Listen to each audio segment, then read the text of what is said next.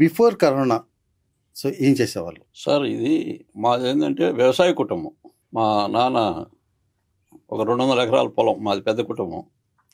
200 ఎకరాల వ్యవసాయ భూములు ఉన్న కుటుంబం మాది. మేము ఎక్కువ ఫస్ట్ 1980 ఆ ప్రాంతంలో గ్యాస్ లేని టైంలో చెన్నైలో సర్వీకర వ్యాపారం, వంట చెరుకు అంటాం, వంట చెరుకు వ్యాపారం చేసేవాళ్ళని చెన్నైకి పంపించేవాళ్ళని. కావలి నుంచి ఇంచుమించు చెన్నై దాకా కోస్తా ఏరియాలో చాలా వరకు ఈ ఆనందయ అనుకోని కంపెనీతో ఈ సర్వీకర వ్యాపారం కూడా చేయడం జరిగింది. అప్పట్లోనే మాకు చెన్నైలో ఇల్లు ఇక్కడ ఉండేది.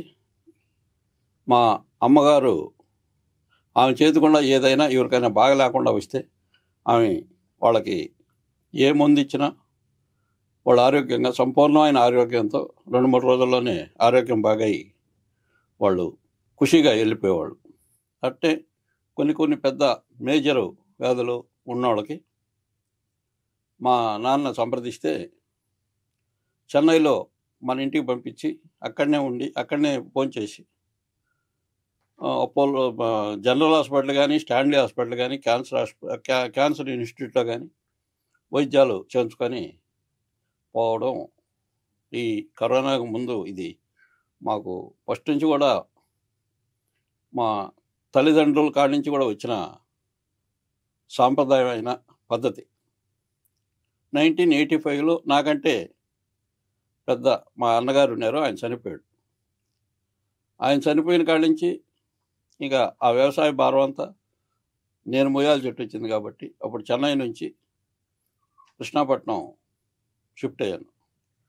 అక్కడి నుంచి వ్యవసాయం చేసుకుంటూ 95లో పొలిటికల్గా చంద్రమోహన్ రెడ్డి ఎమ్మెల్యే కావడం, మాకు మండలానికి ఎంపీటీసీ ఎలక్షన్ కొత్తగా వచ్చిన టైంలో మీ ఊర్లో నువ్వు అయితేనే గెలుస్తావు, మాకు కావాలని చెప్పని ఆయన కోరిన వెంటనే రాజకీయంగా కూడా ఎంటర్ కావడం. 95 నుంచి మా మిస్సెస్ ఎంపీటీసీ, మళ్ళా 98లో నేను సర్పంచ్ని.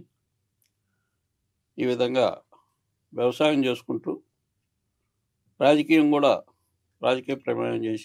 ప్రవేశం చేసి కూడా దీన్ని ముందుకు తీసుకుపోతూ 2003 దాకా మా అమ్మగారు ఉన్నారు.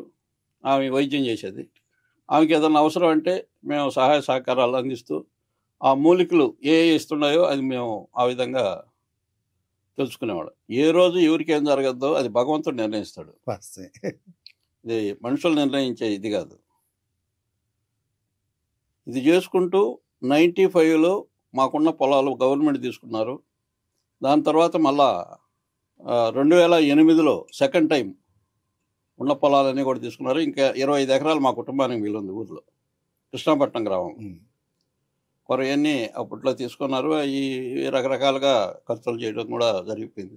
ఇది ఒక ప్రొఫెషన్ కింద నేను చేయలేదండి. మా అమ్మగారు కూడా ఉచితంగా చేసి వాళ్ళకి వచ్చిన వాళ్ళకి ఏదైనా పేదవాళ్ళు కాబట్టి వాళ్ళకి అన్నం పెట్టి డబ్బులు ఇచ్చి పంపించేది. ఎక్కడ ఎప్పుడు రూపాయి దాకా ఎరగడం. 2003 దాకా ఉండింది. 2003 తర్వాత నేను ఎంటర్ అయ్యాను. నేను ఎంటర్ అయిన కాడి నుంచి కూడా నేను చేసింది కూడా అదే. నేను ఎవరి దగ్గర ఒక రూపాయి ఆశించి వైద్యం చేయలేదు. ఈ 2019-20 మధ్య వచ్చిన కరోనాకి ఊర్లో ఎవరికన్నా జ్వరం, జలుబు, తలకాయ నొప్పి అనిపిస్తే వాళ్ళు వచ్చి వాళ్ళకి వెంటనే ముందు ఇచ్చిన వితిన్ ఒక 5-6 గంటల్లోనే క్యూర్ అయిపోయి వాళ్ళు హ్యాపీగా ఉండేవాళ్ళు.